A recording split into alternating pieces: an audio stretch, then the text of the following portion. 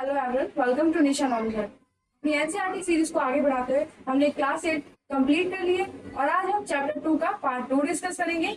Last class में हमने हिमालयाज के बारे में पढ़ा, नॉर्दर्न प्लेन्स के बारे में पढ़ा। आज हम डिस्कस करेंगे पेनिनसुलर प्लेटिंग के बारे में। इंडिया के साउदर्न मोस्ट पार्ट के बारे में हम बात करेंगे। जिसने भी फर्स्ट पार्ट नहीं देखा है, चैनल पे विजिट करके आप वो पार्ट देख सकते हैं। जो भी इस वीडियो पे आ रहे हैं, जो भी इस चैनल पे आ रहे हैं, प्लीज लाइक शेयर सब्सक्राइब जरूर कीजिएगा। चैनल के बेल आइकन को जरूर प्रेस कीजिए ताकि आगे आने वाली वीडियोस की नोटिफिकेशन आपको मिलती रहे। इन चैप्टर्स को सभी एस्पिरेंट्स देख सकते हैं, स्कूल गोइंग चिल्ड्रंस भी देख सकते हैं। जो भी एस्पिरेंट्स तैयारी करें गवर्नमेंट जॉब्स के लिए, चैनल पे गवर्नमेंट जॉब नाम से प्लेलिस्ट अवेलेबल है, वो भी आप चेकआउट कर सकते हैं। वहाँ पे जितने भी रिसेंट फॉर्म्स आते हैं गवर्नमेंट जॉब से रिलेटेड, वो अपडेट कर दिए जाते हैं, तो आप उन्हें भी देख सकते हैं। स्टार्ट करते हैं अपनी वीडियो। पढ़ेंगे पेनिनसुलर प्लेट्यू के बारे में।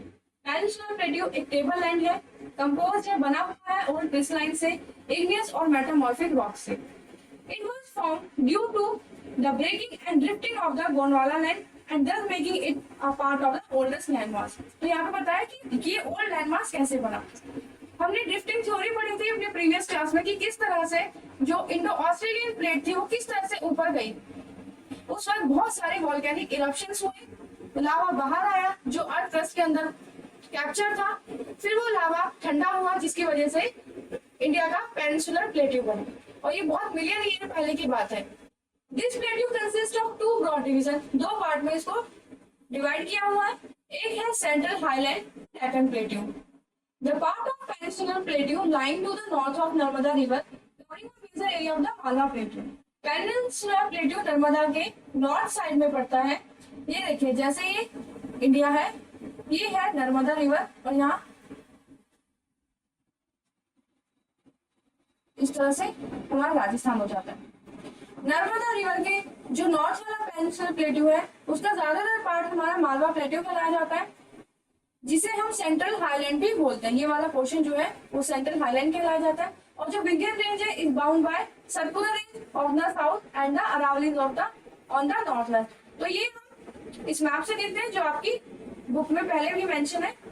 तो इस पार्ट के बारे में बात की हुई है हमारा central highland Deccan plateau.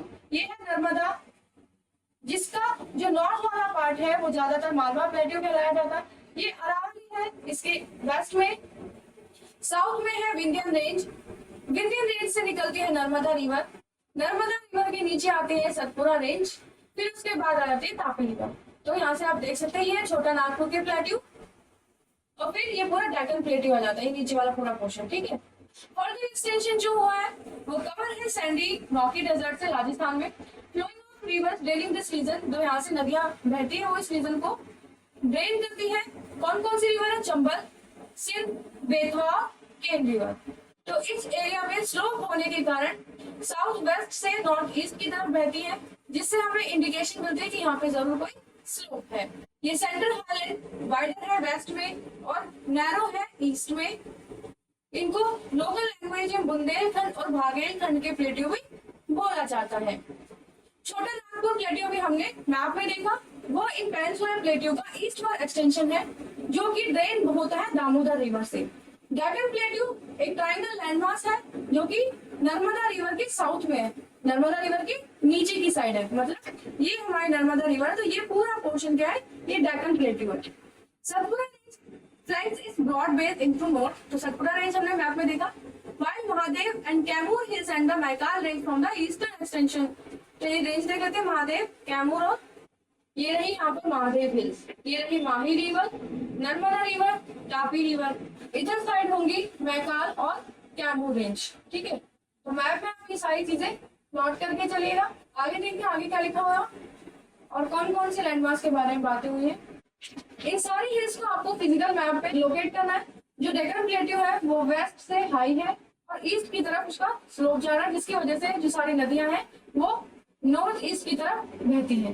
Locally इन्हें मेघालय कार्बी एंगलोंग प्लेट्यू भी कहा जाता है, नॉर्थ शासन हिल्स भी कहा जाता है। मतलब ये कॉन्टिन्यूअस हिल्स है और बीच में सेपरेट हो जाती है छोटा नागपुर की प्लेट्यू के होने की वजह से। तीन प्रोमिनेंट हिल्स इनमें पाई जाती हैं, गारो, खासी और जीएनटीआई। देखिए, तो ये मैप है, ये छोटा नागपुर का बीच में प्लेट्यू है। ये वो रेंज है जिसमें सतपुरा, महादेव, मैकार और कैमूर रेंज है। उसके बाद बीच में पड़ जाता है ये छोटा नागपुर का प्लेट्यू, फिर गारो खासी जयंतिया। तो इस तरह से ये कॉन्टिन्यूस आप देखेंगे हिल्स चल रही है, बट बीच में क्या ये प्लेट्यू आ जाता है। Western Ghat and eastern Ghat mark the western and eastern Ghat Deccan plateau पे आप मार्क करिए अपने मैप में। Western Ghats lie parallel to the western coast, तो वेस्ट कोस्ट के पैरेलल ही हमारे वेस्टर्न घाट चलते हैं। ये कॉन्टिन्यूअस पास है और इसमें थार, बोर और पाल घाट पड़ते हैं। मैप से देखते हैं, जैसे ये है पूरा साउथ पार्ट, ये कोस्टल और ये वेस्टर्न घाट्स। यहाँ पर ये थाल घाट, भोर घाट और सबसे नीचे है पाल घाट। वेस्टर्न घाट हायर है हाइट्स में ईस्टर्न घाट से। इनका एवरेज एलिवेशन 900 से 1600 मीटर है, जिसकी वजह से यहाँ इजीली सी पोस्ट ज्यादा पाए जाते हैं।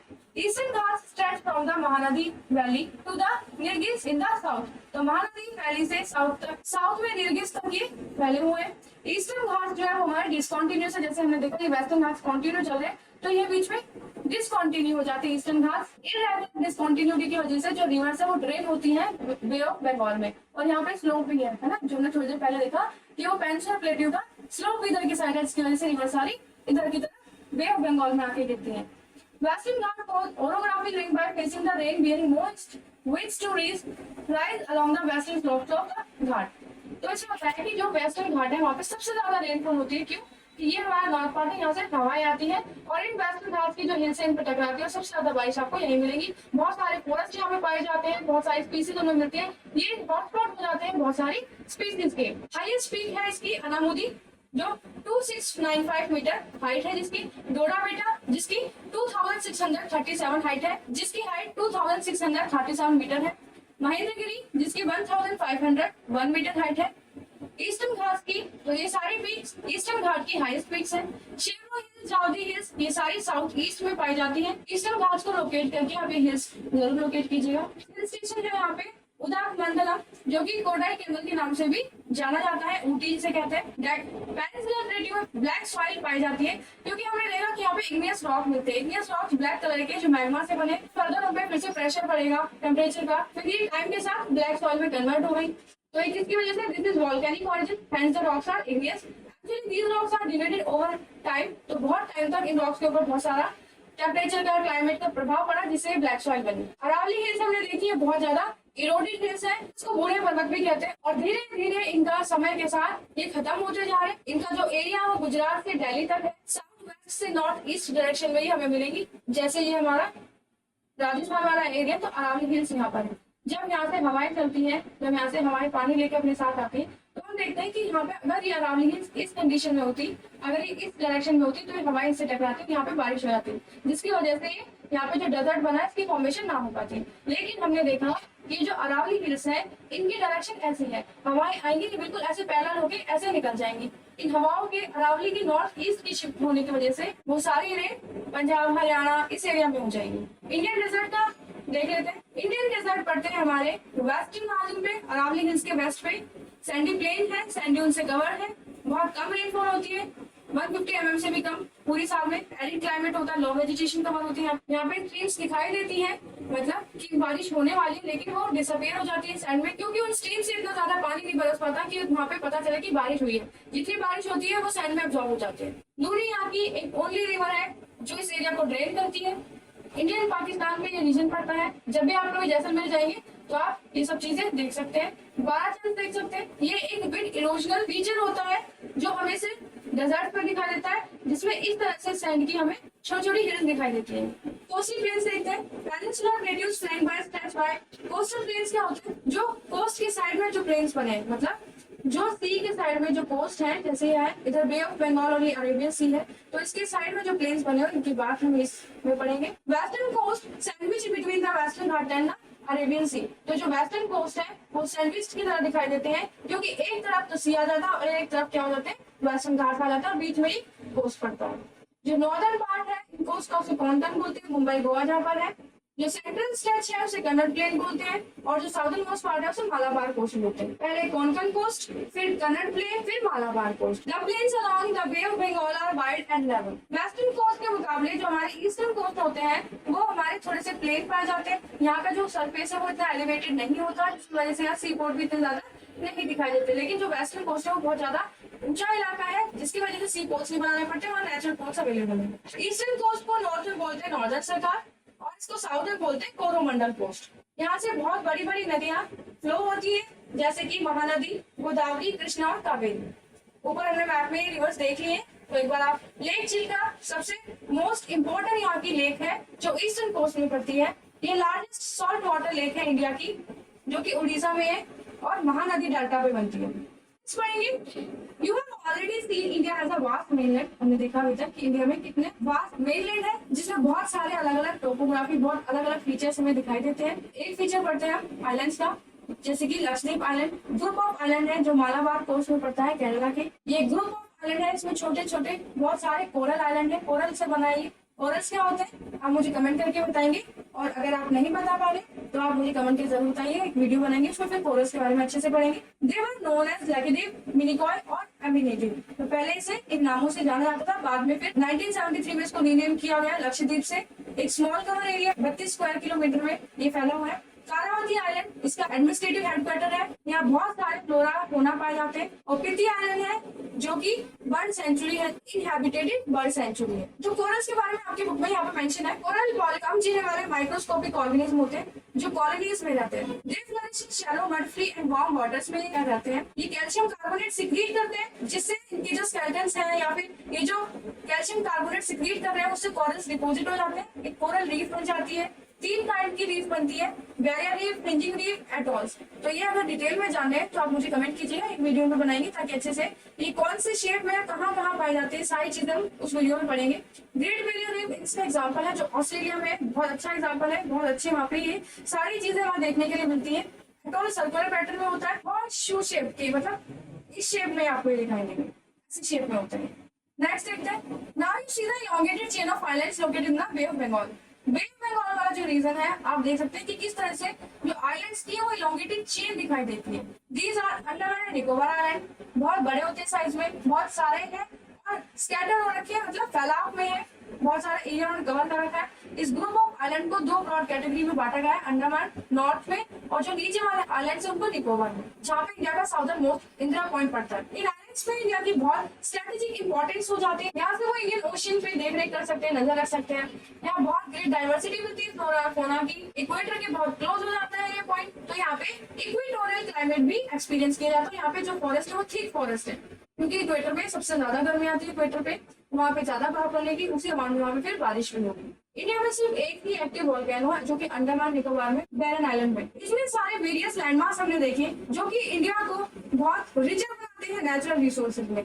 माउंटेन से हमने देखा कि फ्रेश वाटर आता है जिससे फॉरेस्ट की वेल्थ होती है और पीने के लिए साफ पानी मिलता है। नॉर्दर्न प्लेन्स में आप देखेंगे बहुत सारी ग्रीनरी दिखाई देगी, बहुत सारी सिविलाइजेशन के लिए घर बन जाता हो। प्लेटियो स्टोर हाउस है बहुत सारे विंटर्स के, यहाँ से बहुत सारी माइंस हैं जिसमें से बहुत सारे ओट्स निकाले जाते हैं जो कि बहुत क्रूशियल रोल प्ले करते हैं इंडस्ट्रियलाइजेशन में, इंडस्ट्रीज के बनने में। जो कोस्टल रीजन है और आइलैंड है ग्रुप्स के, वहाँ पे बहुत सारे फिशिंग पॉइंट बन जाते हैं, बहुत सारे फिशिंग की बहुत वाइड वैरायटी वहाँ पे मिलती है। तो इस डाइवर्स फिजिकल फीचर से बहुत सारी ऐसी पॉसिबिलिटीज क्रिएट होती है, बनती है, जिससे फ्यूचर डेवलपमेंट हम कर सके। एक्सरसाइज देखते हैं, टिक जाकर MCQ. A landmark bounded by sea on 3 side. 3 side से वो बाउंड्री जो पानी से घिरी उसको क्या बोलते हैं? उसको पेनिनसुला बोलते हैं। सी का किनारा आइलैंड होता है, सी के अंदर या फिर रिवर के अंदर कोई भूमि, कोई landmark. Mountain ranges in the eastern part of India, boundary with Myanmar are collectively called Himachal, Uttarakhand या Purvanchal. Western coastal strip south of Goa is referred to as। तो इसका आंसर आप मुझे कमेंट करके बताइएगा। ये मैप में इसका आंसर है, आप मैप अच्छे से रीड करेंगे तो इसका आंसर बता पाएंगे। हाईएस्ट पीक कौन सी? ईस्टर्न घाट की। इन दोनों के आंसर आप मुझे कमेंट करके बताएंगे, हमने चैप्टर में रीड किया है। भाबर के मैदान कौन से होते हैं? 3 मेजर डिवीजन बताने हैं हिमालयाज के नॉर्थ से साउथ तक, जिसमें आप greater Himalayas, lesser Himalayas, Shivalik, Himalaya इन सब के बारे में बताएंगे। कौन सा प्लेट्यू है जो अरावली और विंध्य रेंजेस के बीच में पड़ता है? उस आइलैंड का नाम बताइए जो कोरल के ओरिजिन से बना है। डिस्ट्रीब्यूट करना है आपको भंगार और खादर में, वेस्टर्न घाट और ईस्टर्न घाट में। वेस्टर्न घाट में हमारे बहुत सारे फॉरेस्ट पाए जाएंगे, ईस्टर्न घाट में हमारे डेल्टा पाया जाएगा और वेस्टर्न घाट में हमारे नेचुरल पोर्ट्स पाए जाएंगे, ईस्टर्न घाट में हमारे पोर्ट्स नहीं पाए जाएंगे। वेस्टर्न घाट एलिवेटेड है जिसकी वजह से स्लोप बनता है ईस्टर्न घाट की तरफ। जो मोस्ट ऑफ द रिवर्स है वो हमारे ईस्टर्न घाट की तरफ फ्लो करते हैं। तो इस तरह से आप डिस्टिंग्विश करेंगे। मेजर फिजियोग्राफिक डिवीजन बताएंगे इंडिया के, contrast the relief of the Himalayan region with that of peninsular plateau से उसको कंपैरिजन करके बताएंगे। एक ऐसे टाइम आपको बताना है long answer northern plains of India के बारे में, किस तरह से बने हो, कौन कौन से रिवर्स और रिस्पॉन्सिबल थे, उनकी सारी ट्रिब्यूटरीज के बारे में आप बताएंगे। शॉर्ट नोट बताएंगे इंडियन डेजर्ट के ऊपर और कौन सा ऐसा फीचर है जिसकी वजह से इंडियन डेजर्ट बना। तो यहाँ पे हम विंड का पैटर्न बताएंगे कि अरावली हिल्स उनको काउंटर नहीं कर पाती, इसकी वजह से हवा इस तरह से निकल जाती है पानी को लेकर, यहाँ पे बरसात नहीं होती। ठीक है, और एक फिनोमेना और काम करता है यहाँ पे हाई प्रेशर और लो प्रेशर का, जो हमने ओशन करंट्स पढ़े थे, जिसकी वजह से करंट्स काउंटर हो जाता है, यहाँ पे बारिश नहीं हो पाती। सेंट्रल हाईलैंड्स बताएंगे, सेंट्रल हाईलैंड्स के फीचर्स बताएंगे और आइलैंड ऑफ ग्रुप्स इंडिया के उनके बारे में बताएंगे। किसी भी चैप्टर की एक्सरसाइज में तो आप कमेंट करके जरूर पूछेगा। ये वीडियो यही खत्म होगी, हमारा चैप्टर कंप्लीट हो गया। ऐसी और भी वीडियोस के लिए, आगे और भी क्लासेस के लिए हमारे चैनल से जुड़े, लाइक शेयर सब्सक्राइब करते रहिए, बेल आइकन को प्रेस करिए ताकि आगे आने वाली वीडियोस की नोटिफिकेशंस आपको मिलती रहे। चैनल पे विजिट कर सकते हैं, सारी प्लेलिस्ट अवेलेबल है, आप जाकर चेक कर सकते हैं। All the best and thank you.